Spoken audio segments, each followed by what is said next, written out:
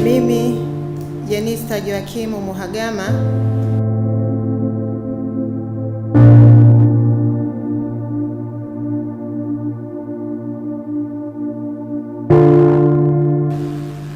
kwa mdogo wangu Mheshimiwa Jenista Mhagama, umetimiza wajibu wako kwa uaminifu mkubwa.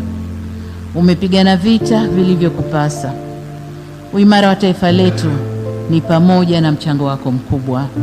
Mwenyezi Mungu akupe safari ya kheri, safari njema, na ilaze roho yako pahali pema peponi. Amen. Sote kwa imani zetu tunamwomba Mwenyezi Mungu aipumzishe roho yako kwa amani milele na milele, na tunamshukuru kwa maisha yako na yote uliyoyafanya kwa familia, jamii na taifa kwa ujumla. Bwana ametoa, Bwana ametwaa, jina lake lihimidiwe. Amen.